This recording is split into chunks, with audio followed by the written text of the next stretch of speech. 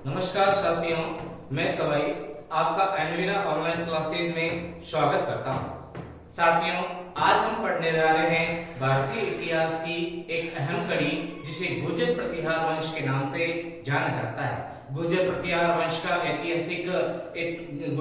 वंश की ऐतिहासिक जानकारी, प्रमुख शासक, त्रिपक्षीय युद्ध और इसके अलावा इनकी ऐतिहासिक उपलब्धियों के बारे में भी हम इस चैप्टर के बदौलत पढ़ने वाले हैं। भारतीय इतिहास की अहम कड़ियों में से एक माना जाता है गुर्जर प्रतिहार वंश। और गुर्जर प्रतिहार वंश को किस काल के दौरान पढ़ा जाता है तो मैं बताता हूं आपको कि 8वीं सदी से 12वीं सदी के दरमियान जो राजपूत काल जाना जाता है, जिसे भारतीय इतिहास की महत्वपूर्ण कड़ी माना जाता है, उनमें सबसे प्रमुख जो जाति बताई जाती है उसे प्रतिहार के नाम से जाना जाता है। शुरू करने जा रहा हूं गुर्जर प्रतिहार वंश। गुर्जर प्रतिहार वंश जो है, इनका शासन काल जो है ये आपके 8वीं सदी से 10वीं सदी के दरमियान इनका शासन काल माना जाता है और 750 ईस्वी से 950 ईस्वी तक इन्होंने भारत की पृष्ठभूमि पर शासन किया।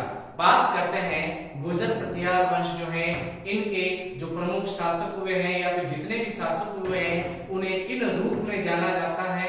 सुनिए आप, गुर्जर प्रतिहार वंश के जो प्रमुख शासक हैं उन्हें सूर्यवंशी बताया जाता है।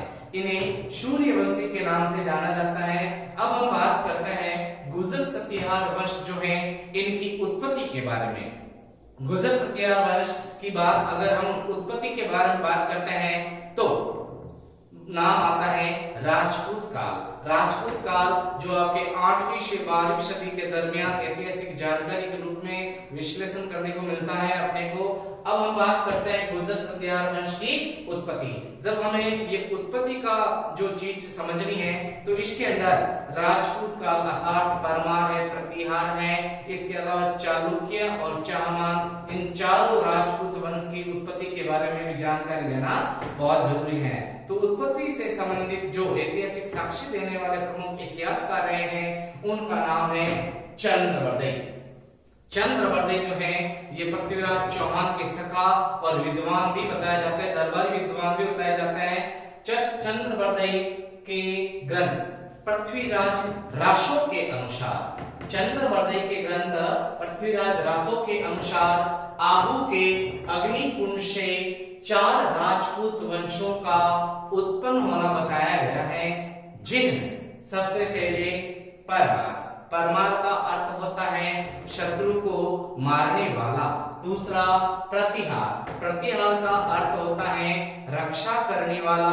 तीसरा होता है चालुक्य, सोलंकी राजपूत शासकों को चालुक्य कहा गया। और अंत में जो प्रमुख वंश चाहमान और चालुक्य, परमार, प्रतिहार, चाहमान, चालुक्य वंश, ये राजपूतों के अंदर सबसे प्रमुख राजपूत जातियां बताई जाती हैं। और चंद्रवर्धय के ग्रंथ पृथ्वीराज रासो के अनुसार इनकी उत्पत्ति आबू के अग्निकुंड से बताई जाती है।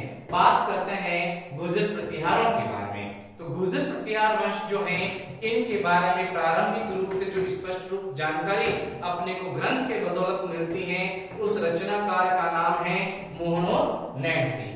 मोहनोत नैणसी जो है ये जसवंत सिंह के दरबारी कवि बताए जाते हैं, दरबारी कवि और विद्वान बताए जाते हैं, जिनकी 2 बहुत ही कृतियां ऐतिहासिक प्रसिद्ध रही हैं। जिन पहली कृति है मारवाड़ रे परगनाली विगत और दूसरी है नैणसी विख्यात। तो मोहनोत नैणसी जो मारवाड़ के शासक जसवंत सिंह के दरबारी कवि थे ने अपने ग्रंथ नैणसी विख्यात में प्रतिहारों की 26 शाखाओं का वर्णन किया है। मोहनोत नैणसी ने प्रतिहारों की 26 शाखाओं का वर्णन किया है और इनमें से जो प्रमुख शाखाएं बताई जाती हैं राजस्थान के अंदर, उनके अंदर एक तो मंडोर और दूसरी भीनमाल। मंडोर जो है इनका मूल पुरुष, मंडोर शाखा का मूल पुरुष जो बताया जाता है वो बताया जाता है हरिश्चंद्र। हरिश्चंद्र का जो शासनकालीन समय है ये 550 ईस्वी बताया जाता है। बात करते हैं भीनमाल। भीनमाल का जो प्रमुख मूल पुरुष हुआ है उसका नाम नागभट्ट प्रथम बताया जाता है। नागभट्ट प्रथम जो है इनका शासनकालीन समय बताया जाता है 730 ईस्वी। तो राजस्थान के अंदर गुर्जर प्रतिहारों की दो शाखाओं के बारे में हमने जानकारी ले ली है। अब हम बात करते हैं कि प्रतिहार जो शब्द है इसका शाब्दिक अर्थ क्या होता है, उसके बारे में जानकारी लेते हैं। तो प्रतिहार इनका अर्थ होता है रक्षक, अर्थात अरब जाति जो आक्रमणकारी जाति है उनके आक्रमण से रक्षा करने वाला प्रतिहार कहलाया है। चूंकि अगर देखें इनका शाब्दिक अर्थ, तो शाब्दिक अर्थ बताया जाता है द्वारपाल। द्वारपाल जो है ये रामायण काल में द्वारपाल का कार्य किया था लक्ष्मण ने, अर्थात इसे लक्ष्मण का वंशज भी बताया जाता है। अभिलेखों के अंदर जो जानकारी मिलती है प्रतिहारों की, गुर्जर प्रतिहारों की, वह भी स्पष्ट रूप से हम पढ़ेंगे। अब हम बात करते हैं कि प्रतिहारों को अभिलेखों के अंदर क्या कहा गया है, सवाल पूछा जा सकता है।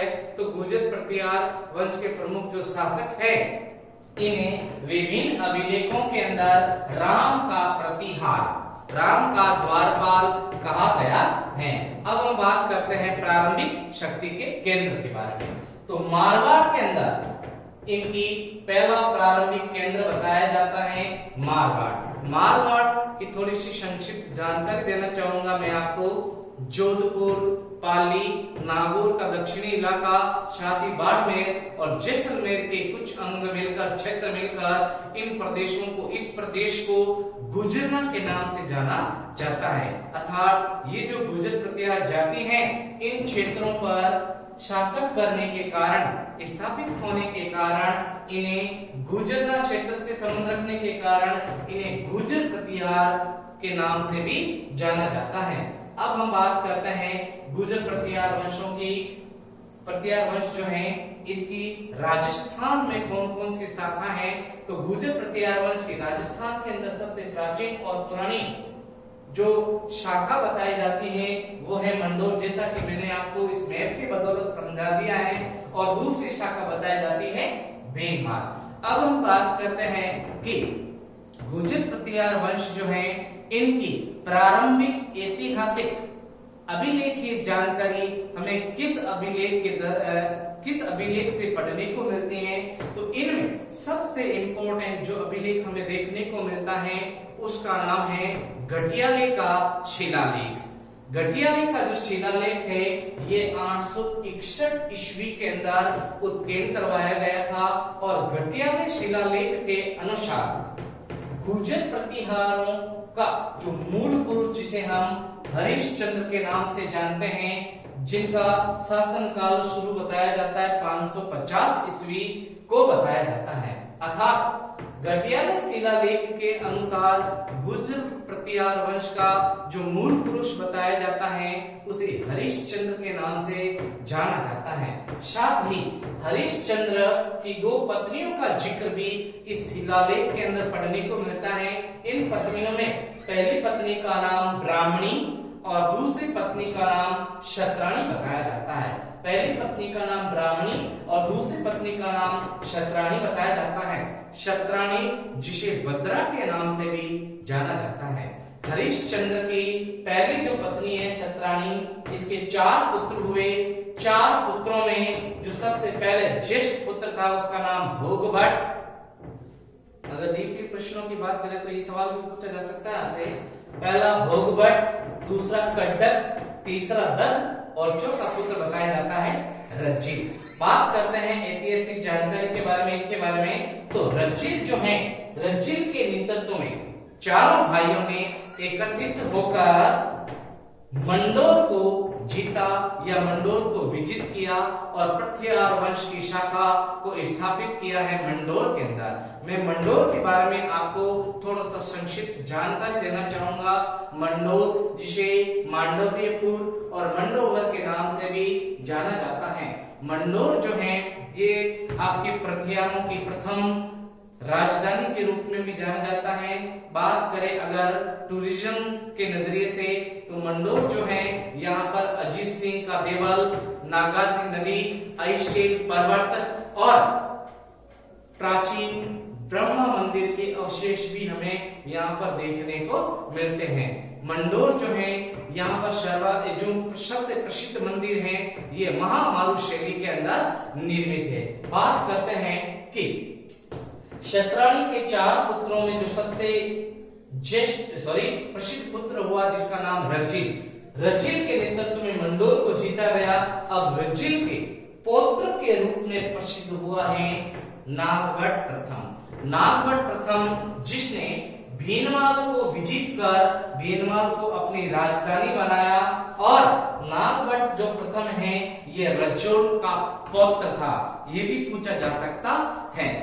आगे बढ़ते हैं साथियों, गुर्जर प्रतिहार वंश जो है, अब इसके बारे में हम जानकारी ले लेते हैं कि गुर्जर प्रतिहार वंश के जो ऐतिहासिक स्रोत यानी इतिहास को बताने वाले प्रमुख स्रोत कौन कौन से हैं। तो गुर्जर प्रतिहार वंश के जो ऐतिहासिक स्रोत बताए जाते हैं, इन सबसे पहला जो ऐतिहासिक स्रोत है वो ऐहोल अभिलेख जो है ये 634 ईस्वी में रवि कीर्ति के द्वारा उत्कीर्ण करवाया गया, जिसमें हमें गुर्जर प्रतिहार वंश के बारे में जानकारी पढ़ने को मिलती है।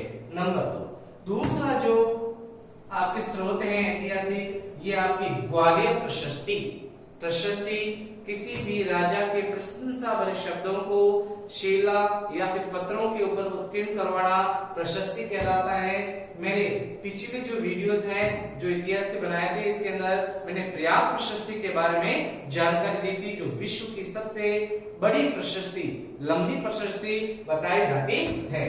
ग्वालियर प्रशस्ति जो है इसमें शासक मिहिर भोज का वर्णन हमें पढ़ने को मिलता है। अब हम बात करते हैं तीसरे ऐतिहासिक स्रोत जिसे संजन ताम्रपत्र के नाम से जाना जाता है। इसमें गुर्जर प्रतिहार वंश के अमोघ वर्ष शासक के बारे में जानकारी बताई जाती है। साथ ही ये भी पूछा जा सकता है कि वह कौन सा अभिलेख या फिर ताम्रपत्र लेख है जिसमें प्रतिहारों को द्वारपाल बताया गया है, तो उसका नाम है संजन ताम्रपत्र। इसमें प्रतिहारों को द्वारपाल बताया गया है।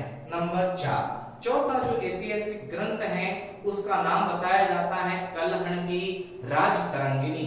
कलहण, क से कलहण, क से कुषाण, क से कनिष्क, क से कश्मीर का इतिहास लिखने वाला था कलहण ने जो ग्रंथ लिखा उसका नाम राजतरंगिणी, जिसके 8 भाग, जिसे 8 तरंगों के नाम से जाना जाता है।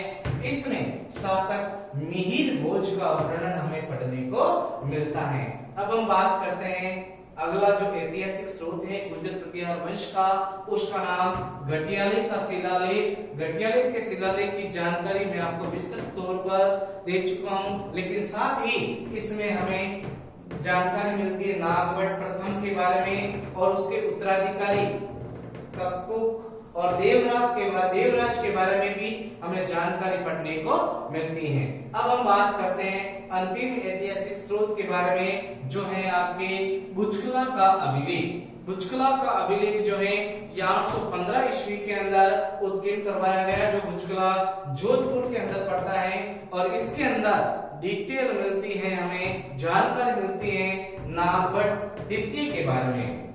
तो साथियों, हमने गुर्जर प्रतिहार वंश के ऐतिहासिक स्रोतों के बारे में जानकारी ली।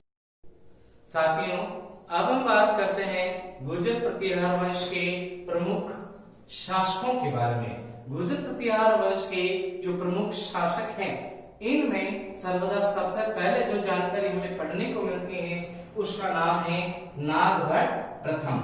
नागभट्ट प्रथम जो है इनका शासनकाल 730 ईस्वी से लगाकर 756 ईस्वी बताया जाता है। अगर बात करें इनके बारे में ऐतिहासिक जानकारी, तो गुर्जर प्रतिहार वंश का जो वास्तविक संस्थापक है ये नागभट्ट प्रथम को बताया जाता है। बात करते हैं नागभट्ट प्रथम के द्वारा स्थापित अपनी राजधानी, तो नागभट्ट प्रथम ने अपनी प्रारंभिक राजधानी बनाया भीनमाल जो जालोर क्षेत्र में पड़ता है, और दूसरी जो राजधानी बनाई है नागभट्ट प्रथम ने उसे उज्जैन के नाम से जाना जाता है।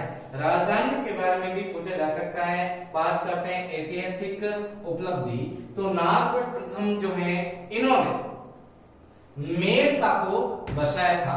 मेड़ता जो है इनके प्राचीन रूप या फिर नाम देखें हम तो मेड़ता को मीड़ता भी कहा जाता है और इसे मैदान तक के नाम से भी जाना जाता है। बात करते हैं कि नागभट्ट प्रथम जो है ये किस शासक के समकालीन बताए जाते हैं, तो नागभट्ट प्रथम बप्पा रावल, जिन्हें काल भोज के नाम से भी जाना जाता है। मेवाड़ इतिहास का एक अनूठा नाम जिसे बप्पा रावल के नाम से जाना जाता है, जिनके नाम पर पाकिस्तान का वर्तमान रावलपिंडी नामक नगर बसाया गया है। नागभट्ट प्रथम को बप्पा रावल का समकालीन बताया जाता है। बात करते हैं कि नागभट्ट प्रथम जो है इन्हें प्रशस्तियों में किस नाम से जाना जाता है, क्या उपलब्धि है, तो नागभट्ट प्रथम जिसको ग्वालियर प्रशस्ति में मलेच्छों का नाशक बताया गया है। ये जो मलेच्छ हैं, मलेच्छ जिसे एक जाति के नाम से जाना जाता है जो है आपके हूण अर्थात जिन्हें ब्राह्मणों ने नाम दिया है मलेच्छ। मलेच्छ का अर्थ होता है बुरी प्रवृत्ति वाले लोग, बुरे लोग। बात करते हैं कि नागभट्ट प्रथम जो है इनके सामंतीय वंश कौन कौन से हुए हैं भारतीय इतिहास के अंदर। वे शासक जिन्होंने नागभट्ट प्रथम की अधीनता स्वीकार कर ली और सामंत कहलाए, तो उनमें जो थे भुरील वंश, चौहान वंश, चालुक्य वंश, परमार वंश, राठौड़ वंश, चंदेल वंश और साथ ही कलचुरी वंश के शासक जो थे ये नागभट्ट प्रथम के सामंत थे, जो चारों और क्षेत्रों से राजस्व कलेक्ट करने का कार्य करते थे। अब हम बात करते हैं नागभट्ट प्रथम के उत्तराधिकारी। नागभट्ट प्रथम के जो उत्तराधिकारी बताए जाते हैं, इनमें पहला नाम बताया जाता है कपकुक और दूसरा नाम बताया जाता है देवराज, लेकिन इनकी ऐतिहासिक जानकारी हमें पढ़ने को नहीं मिलती। साथियों, गुर्जर प्रतिहार वंश के प्रमुख शासक जो पढ़ रहे हैं हम, नागभट्ट के बाद में जो प्रभुत्वशाली शासक बना है उसका नाम बताया जाता है वत्सराज। वत्सराज का जो कार्यकाल देखने को मिलता है 775 से लगाकर 800 ईस्वी तक इन्होंने शासन किया। इनकी उपाधि बताई जाती है रणहस्तिन। रणहस्तिन का अर्थ होता है कि युद्ध क्षेत्र में हाथी जैसा जौहर दिखाने वाला युद्ध वीर या वीर पुरुष, जिसे रणहस्तिन के नाम से जाना जाता है, ये इनकी उपाधि बताई जाती है। अब हम बात करते हैं कि वत्सराज जो है इनके प्रमुख दरबार विद्वान कौन रहे हैं, तो इनके दरबार के अंदर दरबार की जो शोभा जिसे उदयतन सूरी के नाम से जाना जाता है, जिनका प्रसिद्ध ग्रंथ कुवलयमाला जिसे 778 ईस्वी में उदयतन सूरी ने संस्कृत के अंदर लिखा था। क्योंकि इस ग्रंथ के अंदर हमें राजस्थान की मरु भाषा का उल्लेख पढ़ने को मिलता है, साथ ही यह 8वीं सदी का इतिहास भी हमें बताता है। बात करते हैं कि वत्सराज के नाम कोई ऐतिहासिक उपलब्धि रही क्या, तो वत्सराज वह शासक था जिसने सर्वप्रथम त्रिपक्षीय युद्ध के अंदर पार्टिसिपेट किया गुर्जर प्रतिहार वंश की तरफ से। बात करते हैं हम त्रिपक्षीय युद्ध के बारे में। त्रिपक्षीय युद्ध जो लगातार 100 वर्षों तक चलने वाला युद्ध था। साथियों, मैं आपको बताना चाहूंगा कि भारतीय इतिहास के अंदर एक क्षेत्र समय के साथ में प्रसिद्धि पाता गया और दूसरा क्षेत्र प्रसिद्धि खोता गया। इनमें सबसे पहले नाम आता है मगध। मगध के बाद में जो प्रभुत्वशाली क्षेत्र बना, जिसे हर एक शासक जीतना चाहता था, उसे कन्नौज के नाम से जाना जाता है।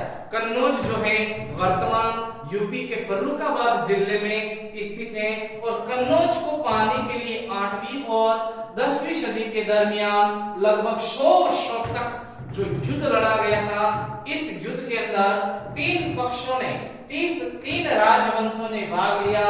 इसके कारण इस युद्ध को त्रिपक्षीय युद्ध के नाम से जाना जाता है।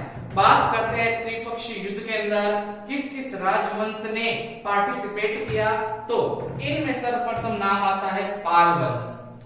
पाल वंश जो है ये बंगाल के क्षेत्र पर आधिपत्य करता था पाल वंश, और पाल वंश का जो संस्थापक बताया जाता है इसे गोपाल के नाम से जाना जाता है। दूसरे वंश के बारे में बात करते हैं तो नाम आता है राष्ट्रकूट उर्फ राठौड़ वंश। राठौड़ वंश जो है इस वंश का संस्थापक बताया जाता है दंती दुर्ग को, और इस वंश का जो प्रभावशाली शासक हुआ जिसने कन्नौज की त्रिपक्षीय युद्ध के अंदर पार्टिसिपेट किया था उसका नाम बताया जाता दुर्व, जिसे दारा वंश के नाम से भी जाना जाता है। तीसरा जो पक्ष है वंश है जिसका नाम है गुर्जर प्रतिहार वंश। गुर्जर प्रतिहार वंश चूंकि इसके बारे में प्रारंभिक जानकारी हम ले चुके हैं, इस वंश का संस्थापक जो वास्तविक संस्थापक है इसे नागभट्ट प्रथम के नाम से जाना जाता है। तो वत्सराज वो शासक था जिसने सर्वप्रथम त्रिपक्षीय युद्ध के अंदर भाग लिया, पार्टिसिपेट किया। चूंकि इस युद्ध के अंदर वत्सराज राष्ट्रकूट वंश के शासक ध्रुव से पराजित हो गया था। बात करते हैं त्रिपक्षीय युद्ध को विजित यानी युद्ध जीतने वाले शासक जो गुर्जर प्रतिहार वंश का था उसे नागभट्ट द्वितीय के नाम से जाना जाता है, जिसने कन्नौज युद्ध को जीतकर कन्नौज को अपनी राजधानी बनाई। हालांकि ये स्थायी राजधानी नहीं थी। उसके बाद वापस राष्ट्रकूटों ने इस युद्ध के अंदर वापस पुनः जीत हासिल कर ली और कन्नौज को हथिया लिया। इसकी जानकारी और हम आगे बढ़ेंगे, लेकिन वत्सराज की अंतिम जानकारी पढ़ लेते हैं। वत्सराज जो है इन्हें रणहस्तिन भी कहा जाता है। इनके दरबारी विद्वान जिसे युद्धसूरी कहा जाता है, जिसने प्रसिद्ध ग्रंथ कुवलय माला को लिखा था। वत्सराज वो शासक था जिसने त्रिपक्षीय युद्ध के अंदर सर्वप्रथम गुर्जर प्रतिहार वंश की तरफ से भाग लिया। अब हम बात करते हैं गुर्जर प्रतिहार वंश के शासक वत्सराज के बाद नागभट्ट द्वितीय के बारे में। नागभट्ट द्वितीय भी इस वंश का बहुत ही प्रसिद्ध शासक हुआ था, जिसका शासन काल देखने को मिलता है 800 ईस्वी से लगाकर 830 ईस्वी।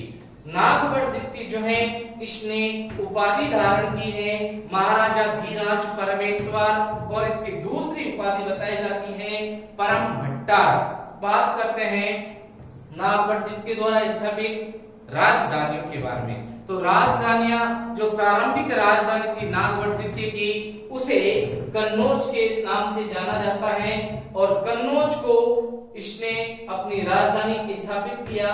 बात करते हैं नागभट्ट द्वितीय के नाम विशिष्ट उपलब्धि की, तो नागभट्ट द्वितीय जो है इसने त्रिपक्षीय युद्ध में गोविंद तृतीय से पराजित जो हो गया, और इसने प्रथम धर्मपाल को इस युद्ध के अंदर हराकर त्रिपक्षीय युद्ध को जीता और कन्नौज को अपनी राजधानी बनाया। नागभट्ट द्वितीय जो है ये किस धर्म को मानने वाला था, सवाल पूछा जा सकता है। तो नागभट्ट द्वितीय जो है ये वैष्णव धर्म अनुयायी था, और अंत में जब इसने अपना शासन स्थापित कर लिया तो उसके बाद सन 833 ईस्वी में नागभट्ट द्वितीय ने गंगा में बैठकर जल समाधि लेते हुए अपने जीवन को विराम दे दिया और मृत्यु का वरण कर लिया।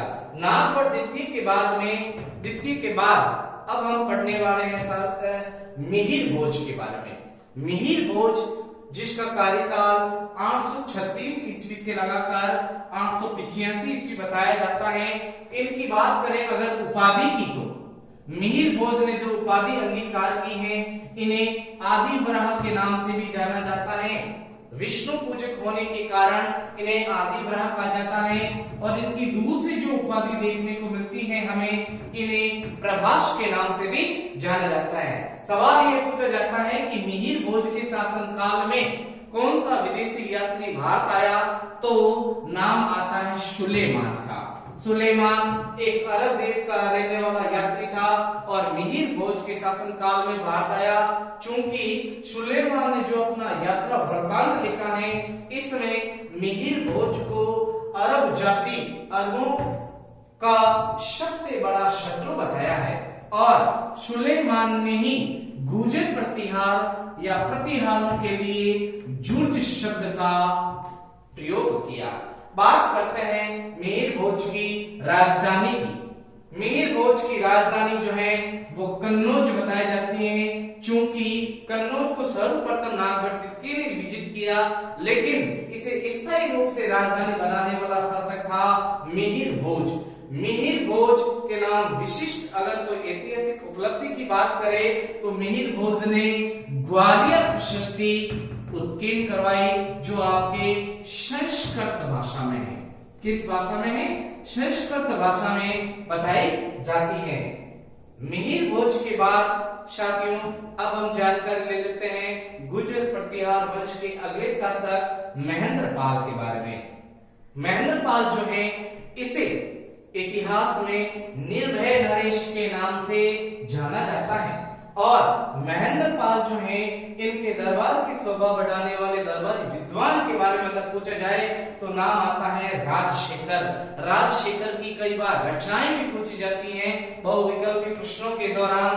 तो राजशेखर की रचनाएं जैसे कपूर मंजरी, काव्य मीमांसा, बाल रामायण और भुवन कोश, ये राजशेखर की प्रमुख रचनाएं बताई जाती हैं। महेंद्र पाल वह शासक था जिसे इतिहासकार B.N. पाठक ने अंतिम हिंदू सम्राट की उपाधि दी है। भारत का अंतिम हिंदू सम्राट किसे कहा जाता है? तो नाम आता है महेंद्र पाल का। महेंद्र पाल के बाद में आगे बढ़ते हैं, अगले शासक के बारे में नाम आता है महिपाल प्रथम। महिपाल प्रथम जो है इसका शासन आरूढ़ हुआ 10वीं सदी के अंदर। महिपाल के शासन काल में गुर्जर प्रतिहारों की शक्ति जो है ये जीर्ण शीर्ण होने लगी, और राष्ट्रकूट वंश के शासकों ने दबदबा कन्नौज पर ज्यादा बढ़ाने लगे थे। राष्ट्रकूट वंश में से एक शासक हुआ जिसका नाम था इंद्र तृतीय।